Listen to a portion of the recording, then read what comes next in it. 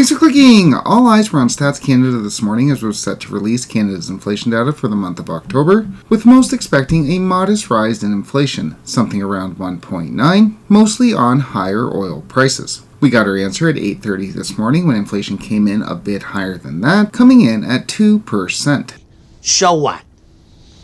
And while inflation coming in higher than expected is definitely not great news, I think the real news is, as we'll see, measures of core inflation showing signs of acceleration, especially given that those measures strip out more volatile items like food and gas. And while the Bank of Canada is probably still going to cut rates at its next announcement in December, the acceleration comes as inflationary pressures are continuing to grow, mainly stemming from, as we'll see, the currency markets. So what I want to do today is go over Canada's inflation data for the month of October, take a look at some of these inflationary pressures that we're seeing, and we're even starting to see them show up in prices, and then discuss some implications. As we'll see today, Canada's economic development remains uncertain, but we will obviously continue to track it on this channel. Click like and subscribe if you want to get those updates, but for now, let's get into this inflation data.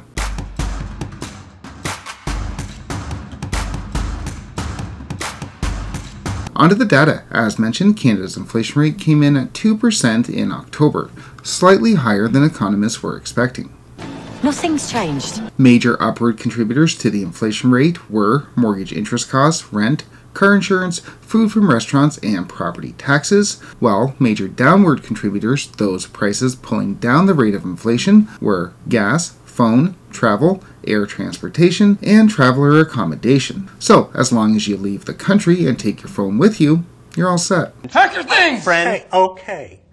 Further, and this is going to be extremely important later when we discuss upward pressures on prices coming from the currency, prices for food from the grocery store also rose at a faster pace. In measures of core inflation, those measures that the Bank of Canada looks to when deciding whether or not to raise or cut rates, and those measures which strip out more volatile items like food and gas, also increased, with CPI median increasing from 2.3 to 2.5 and CPI trim going from 2.4 to 2.6. And while that 2.5 and 2.6 is a year-over-year stat, which sometimes can hide the true underlying price pressures, if we look at the month-over-month stats, they're not that great either, with both CPI trim and CPI median accelerating on a month-over-month basis.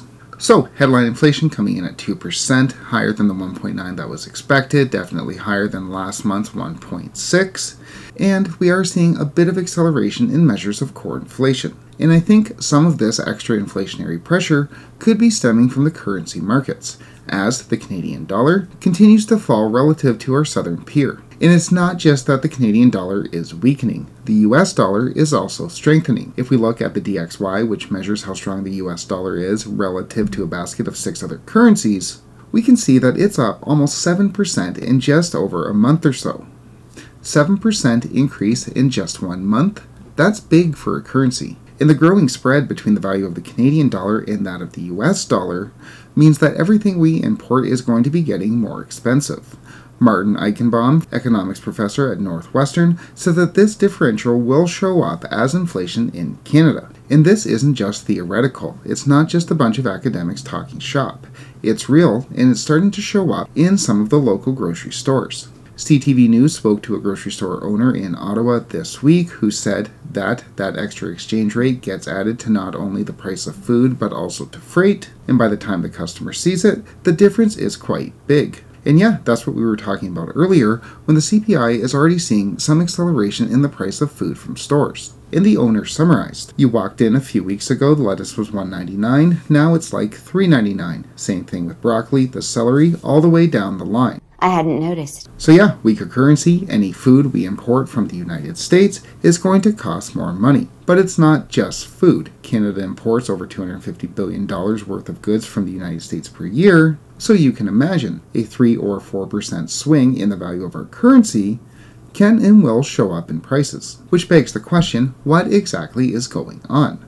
Well, the first is the phenomenon we've been talking about over the past year or so, which is the Canadian dollar weakening against that of the United States, which is not expected to change anytime soon. And the reason? The divergent policy rates, the divergent interest rates between the Bank of Canada and the Federal Reserve, with Canada's policy rate sitting at 3.75 and the Fed sitting right around 4.5%. When the Fed's rate is higher, that makes it much more lucrative to loan money to the United States. As such, if you want to loan the United States money and cash in on that higher interest rate, then you need a US dollar.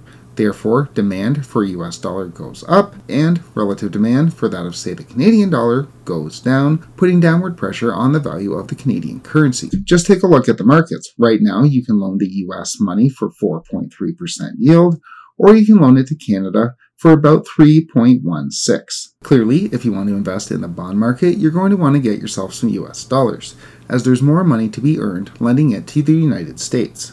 And, for now at least, it doesn't look like this phenomenon is going to be changing anytime soon, as hotter than expected economic data coming out of the US has the Fed hinting that it may slow down on the rate cuts.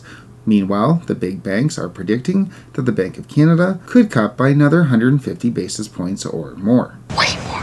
So, on the one hand, we have the Bank of Canada set to cut in order to stimulate the economy, and on the other hand, we have the Federal Reserve slowing down the cuts as the US economy is already pretty hot. Two very distinct, divergent economic trajectories. But there is another part of this story, not only the weakening of the Canadian dollar, but also the strengthening of the United States dollar. And as to why, well, it's the Trump trade. As we've discussed before on this channel, newly elected President Donald Trump plans to run the economy hot, cutting taxes and deficit spending. As such, if you want access to that hot economy, if you want access to the US stock market, you need dollars. And again, more demand for dollars increases their price. Further, according to Goldman Sachs and a host of other economists, tariffs increase demand for dollars as well. If the US erects those tariffs and isn't going to be importing as much as it once did, then that means that there will be less dollars heading out into the global economy.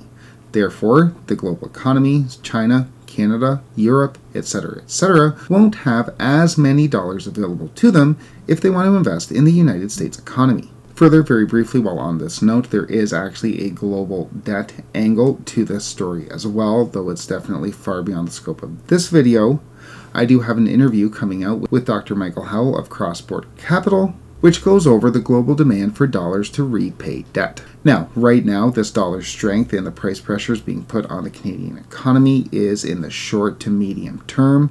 In the long term, some are arguing that these tariffs could in fact weaken the United States economy, putting downward pressure on the dollar, but for now, the so-called Trump trade is increasing demand for dollars, which is increasing the price of Canadian imports, pushing up our inflation.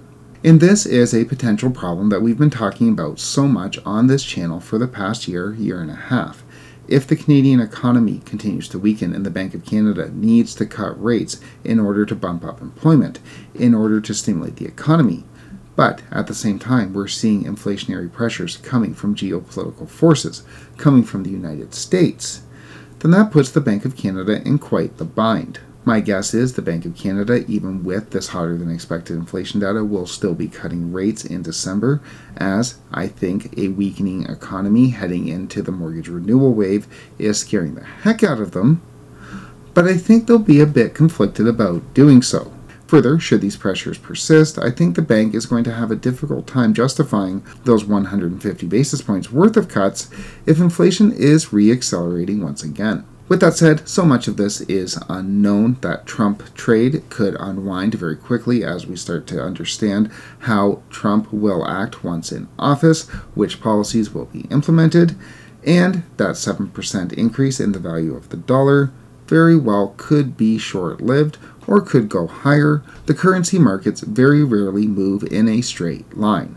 A 7% increase in 1 month probably is not sustainable. With that said, we will continue to track Canada's economy, its inflation rate, and those pressures coming out of the United States on this channel. Click like and subscribe if you want to get those updates, but for now, thanks so much for watching.